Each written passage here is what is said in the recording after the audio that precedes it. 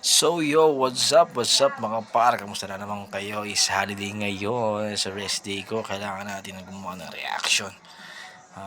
May napanood ako dito. Actually ito kakabukas ko lang ng cellphone sa YouTube. Tapos sinuch ko yung Discarte of Diploma. Magre-react lang tayo dito. Ka, Pilipinas, sobrang taas ng apa na to, no? Tinatanong pa ba yan? Ito point of view ng isang Ito, hindi pakinggan nyo na lang mga Wala rin akong diploma, guys. Lahat ng supporter ko, lahat na nakikinig sa akin, lahat na nanonood ng videos ko, lahat na nanonood ng live ko, lagi kong sinasabi sa mga bata, mag-aral kayo, tapos yung pag-aaral na kumuha ng diploma. Bakit? Anong pinakauna kong rason? Nasa Pilipinas ka. Pilipino ka. Pilipinas, sobrang taas ng standards, mababa sahod. Mag-a-apply ka ng kayara sa mall, dapat college graduate. Na-imagine yan kung gaano kahirap ang buhay ng walang tinapos sa Pilipinas. Pangalawa, madalas respeto sa'yo ng tao nakadepende kung ano tinapos mo. Pag wala kang tinapos, wala silang respeto sa'yo. Kayo kung gusto nyo maranasan yan. Pangatlo, di ko maintindihan itong mga motivational speaker na to na nagsasabi, huwag na kayo mag-aral, lumiskarte na lang kayo. Mas importante yung diskarte kaysa diploma. Tapos wala silang diploma. So saan sila kumukuha ng comparison? Paano nila nasasabi na mas okay yung diskarte sa diploma kung hindi nga nila naranasan na magka-diploma? Paano mo magkukumpara yung isang bagay na hindi mo nga nakuha? Diba? Ano yun? Ano yun? Hula-hulaan lang, ganon? Trip-trip? Patlo, sige, sabihin na natin. Nakinig ka nun sa mga motivational speaker na diskarte na lang muna kayo. Medyo magulo, no? Medyo magulo kung ano dapat talagang unahin natin, Discarte, diploma. Pero kunin pa rin natin ang kanya, sa loobin niya. Mag-aaral. Ano ba makukuha mo pag nakinig kayo sa kanila? Wala. Motivation lang na huwag na kayo mag-aaral. Yun lang naman ibibigay nila sa inyo. Mas gagawin lang nilang sample yung mga buhay nila na ako nga ganito, ako nga ganyan, ako nga ganito, ako nga ganyan. Kasi ikaw naman, tanga ka, nakalimutan mo na magkaiba kayo ng buhay. Nakalimutan mo na... Oo, tama. Wala naman dapat piliin, Discarte o diploma. Siyempre, mas mahalaga pa rin yung diploma. Ang pinaka-point natin dyan, kagaya ko, hindi ako nakapagtapos ng kolehiyo.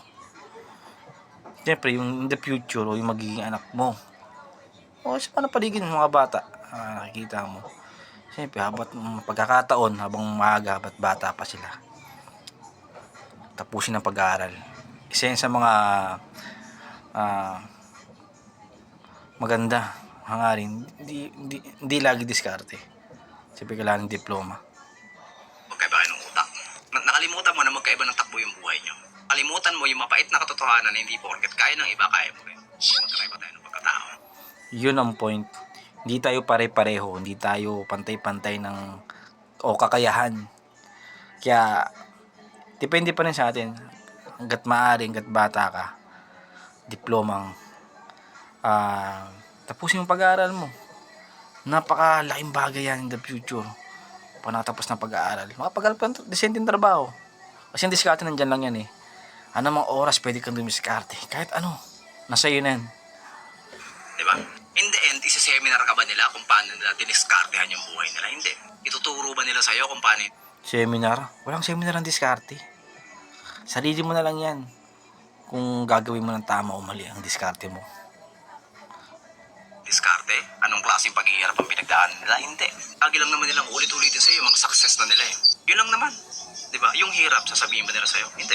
Pag nag-aaral ka, ano makukuha mo pag nag-aaral ka? Diploma. Diba? May aramas ka na agad paglabas mo sa tunay na buhay. Unlike dun sa mga motivational speaker, tangina yung pag-aaral, makakakuha ka rin ng diskarte ron. Di ba alam sa college, putang ina, doon kayo tinuturuan ng mga simpleng diskarte sa buhay. So yung sample, ha? Ito sample, bobo ka, may thesis kayo, automatic dapat nagkapak kasi bobo ka, di ba? Siyempre, didiskarte ka ngayon. Sabi mo sa grupo mo, pre, kahit tagaluto na lang ako kanton, pre, kahit runner na lang ako. Yun, pasado ka kahit bobo ka. Diskarte. Making something out of nothing. Diba? Makakapag-adjust ka kahit kakaunti lang yung meron ka. Yun ang diskarte. At yun ang makukuha mo sa college. Mas mabuti pa yung kolehiyo, tuturuan ka ng diskarte. Kaya sa mga putain ng motivational speaker na yan, mga walang kwenta. Ang pinaka nakakatawa doon, isasample pa nila minsan, si Mark Zuckerberg. Si Mark Zuckerberg nga, undergraduate pero bilyonaryo naman yan.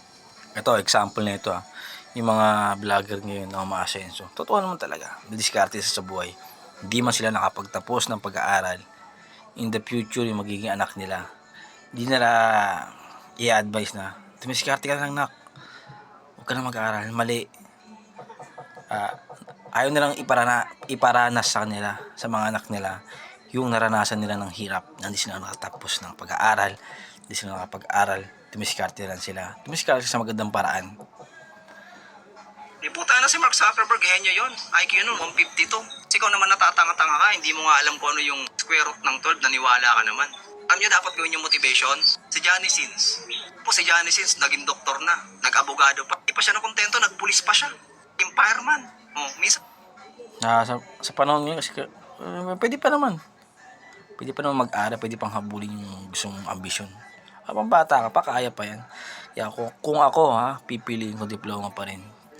Kung baga kung pwede nga lang ulitin yung pagiging bata ko ulit para alam mo yun, para makapag-aral ng maayos ko yung pag-aaral ko. Kaya in the future, hanggat bata ka pa, mag-aaral ka, tapusin mo pag-aaral. Tsaka dumiskarte ka pa, nakapagtapos ka ng pag-aaral, pagmamalaki ka na, kung kaya mo nang gawin lahat, gawin mo, di ba? Yan lang.